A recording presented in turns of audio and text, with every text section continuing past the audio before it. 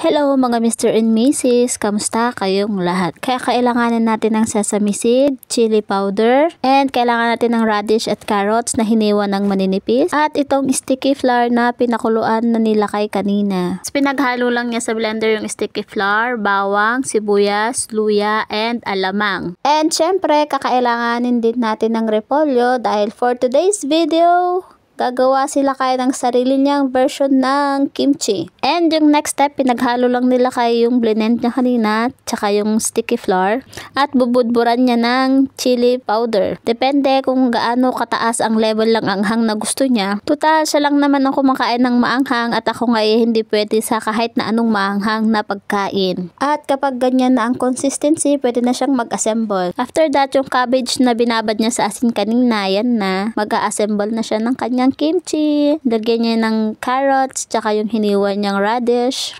Sunod niyang inilagay yung paste na pinaghalo-halo niya kanina. Since wala nga kaming malaking lalagyan o palanggana, hinati lang niya sa dalawa. At ang next step ay minekos-mekos niya gamit ang kanyang kamay hanggang sa ma-absorb ng lahat ng ingredients yung paste. Meron naman kaming gloves, kaya lang hindi kasi kasya sa kamay niya. Nung sinukat niya yung gloves na butas. Kaya sabi niya, mix-mekos lang yung kamay niya para mas mapadali ang kanyang ginagawa. Next step, kumuha siya ng Tupperware at doon niya isinalin ang kanyang mekos na kimchi. Final step ay binudburan niya ng sesame seed para may bango at aroma din daw. Same procedure lang din ang ginawa niya dito sa pangalawang lalagyan kasi nga masyadong marami yung ginawa niya. Tapos hayaan lang daw niyang nakatakip para ma-ferment within 3 days, sabi niya, in a room temperature. Malaking tipid nga naman kung siya na lang mismo ang gagawa ng kanyang sariling kimchi, total marunong lang din naman siya kaysa palagi kaming bumibili sa labas.